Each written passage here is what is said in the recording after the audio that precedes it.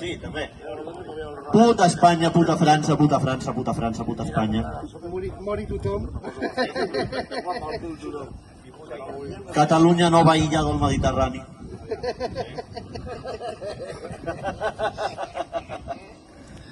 Va.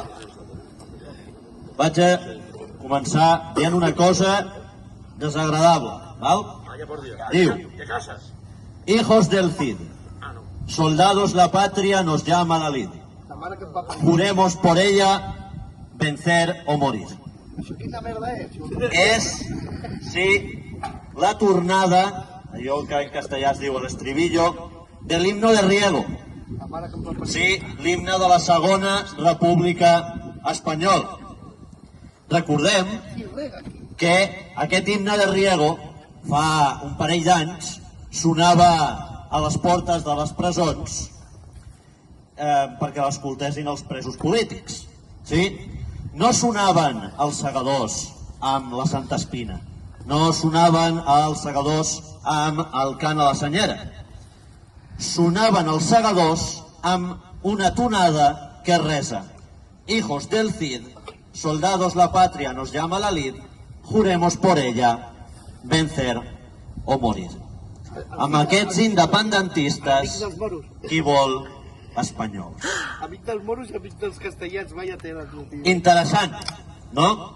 Tan interessant com recordar que dintre de poc serà el 14 d'abril, aniversari de la fundació de la Segona República Espanyola. També aniversari de la traïció al senyor Francesc Macià, que el pacte de Sant Sebastià, és a dir, el pacte que van, diguem-ne, coordinar totes les forces republicanes espanyoles, li va ser promès un estat federal a Catalunya.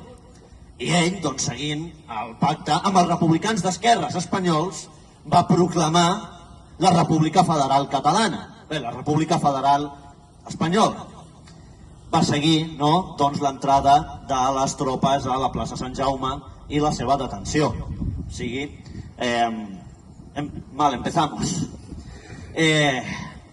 Interessant, tan interessant com aquell episodi, no?, o aquell testimoni que ens narra Josep Carner Ribalta, qui, estant al llit de mort de Francesc Macià, va ser agafat, no?, per aquest Francesc Macià, i li va ser demandat un 14 d'abril absolutament català. Unes de les darreres paraules del senyor Francesc Macià. Aquesta súplica al seu amic Josep Carner Ribalta, un 14 d'abril absolutament català. Missió aquesta, per cert, que entomem amb orgull, sí, senyor Macià. Qui pot, però, retreure a l'avi, aquí present, aquesta desafortunada confiança? Fou senzillament temptat per la promesa d'un estat català, el qual, si bé federat dins Espanya i gens a l'altura de nostre vell Principat sobirà, sí representava una notable millora respecte al no-res que teníem en aquells moments. I vàrem confiar. Confiàrem perquè en tals moments la teoria històrica afirmava que, de fet, la corona catalano-aragonesa havia estat un estat federal. Confiàrem perquè vàrem creure que la Generalitat de Macià constituïa la plena restauració d'aquella Generalitat, d'aquella Diputació del General que ja havíem tingut en època medieval. No tenien res a veure, per cert. Sí, vull dir, la Diputació del General era la representació política i legislativa d'un estat independent, no una paradeta regional, com la que tenim ara. Sí? Confusió que dura fins avui dia, no? Quan es diu que el senyor Illa és el 130... Ara no sé ben bé. 131è president de la Generalitat? 155, home. Ah, 155. 155. Mira. 155, fantàstic. Evidentment, si us plau, és que ni tan sols m'he molestat en escoltar ben bé el número que és, perquè és més que un anacronisme. és una confusió estúpida i maliciosa, pràcticament. Sí? En tot cas, vàrem confiar perquè al cap i a la fi els catalans res no seríem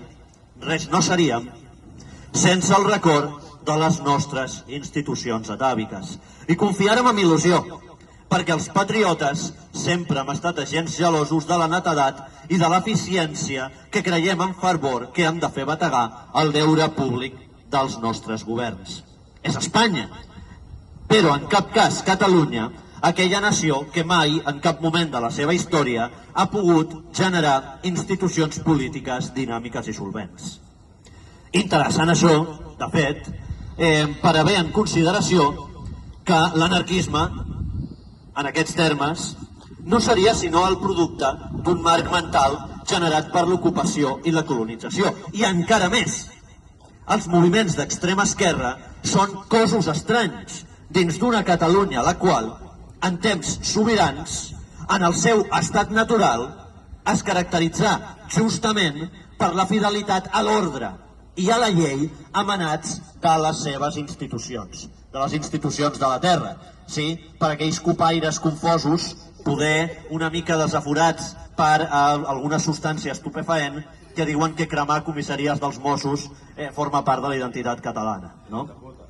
I així foren la CNT i la FAI productes directes d'un escepticisme polític completament aliè al nostre país i als grans enemics de Macià i dels seus homes. Dit això, cal remarcar que els germans Badia no eren possibilistes, formaven part d'aquell sector que coneixia que la plena dignificació institucional de Catalunya era